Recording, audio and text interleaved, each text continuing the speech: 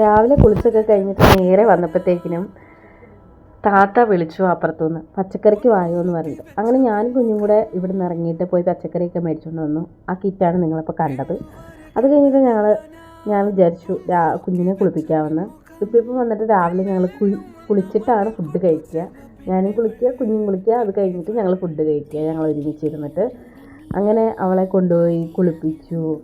ഒരു ചന്ദനമൊക്കെ തൊട്ടൊക്കെ കൊടുത്തിട്ടാണ് ഞാൻ ഫുഡൊക്കെ എടുക്കാനായിട്ട് പോയത്. ഒരു ചന്ദനം തൊട്ട് കൊടുക്കാൻ ഞാൻ പെടുന്ന പാടാണ് നിങ്ങളീ കാണുന്നത്. ഒരു മുട്ടായി ഇന്ന് അപ്പുറേ താത്താൻ്റെ അടുത്ത് പോയപ്പോഴത്തേക്കിന് അവിടുത്തെ കുട്ടി കൊടുത്തിട്ടുണ്ടായിരുന്നു. അപ്പോൾ അത് കയ്യിലൊക്കെ കൊടുത്തിട്ടാണ് പിന്നെ അവസാനം ചന്ദനമൊക്കെ ഒന്ന് തൊടുന്നത്. ഒരു 10 മിനിറ്റത്തേക്കിനേ ഉള്ളൂ ആ ചന്ദനമൊക്കെ കേട്ടോ. അങ്ങനെ വലിയ കാര്യമായിട്ടൊന്നും അങ്ങനെ നിൽക്കില്ല.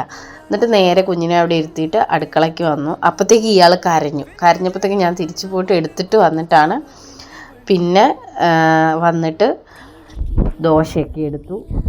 ദോശയ്ക്ക് നമുക്ക് ചമ്മന്തിക്കറി ആയിരുന്നു. അങ്ങനെ പിന്നെ ചമ്മന്തിക്കറിയും ദോശയും വെള്ളവും ഒക്കെ എടുത്തിട്ട് നമ്മൾ നേരെ ഹോളിൽ വന്നിരുന്നു. ബർത്ത്ഡേക്ക് കുഞ്ഞിനൊരു ഈറ്റിംഗ് ചെയർ ഗിഫ്റ്റായിട്ട് കിട്ടിയിട്ടുണ്ടായിരുന്നു. അപ്പോൾ അതിലിരുന്നാണ് ഇപ്പോൾ ഫുഡ് കഴിപ്പും കാര്യങ്ങളൊക്കെ.